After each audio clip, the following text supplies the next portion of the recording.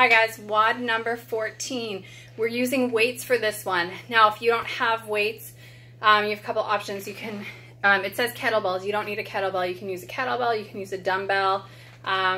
If you've got neither of those, then we can swap out the movements or try a different movement for this. But at home workouts really don't require a lot of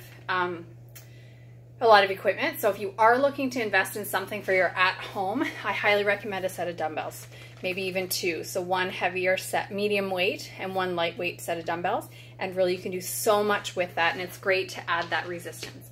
So for this, I actually don't have a kettlebell, so I'm gonna show you with a dumbbell, but same thing if I have my kettlebell.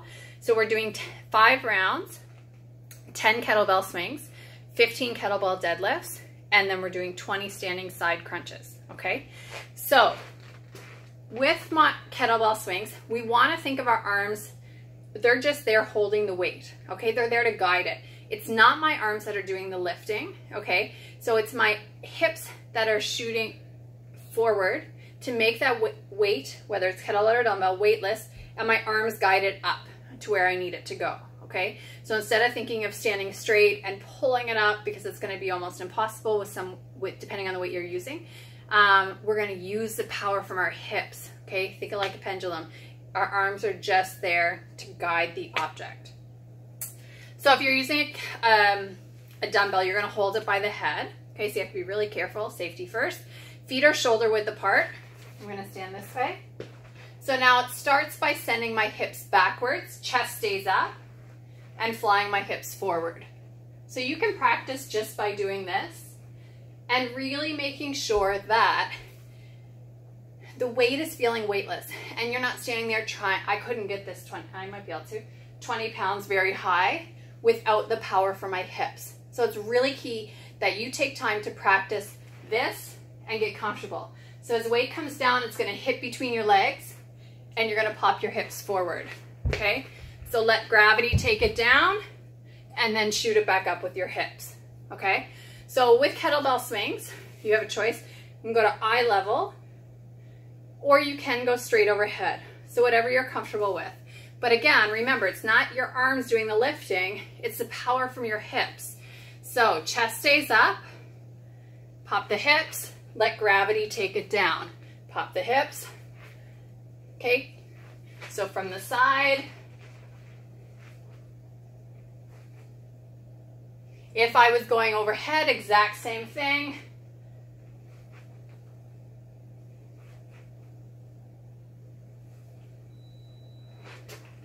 Make sure when you're overhead, kettlebell is facing the ceiling, okay?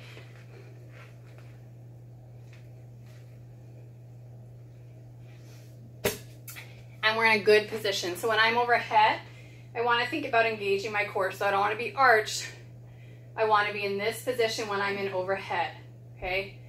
So again, practice a few just regular swings to really feel the difference between you standing still and trying to pull that weight up with straight arms versus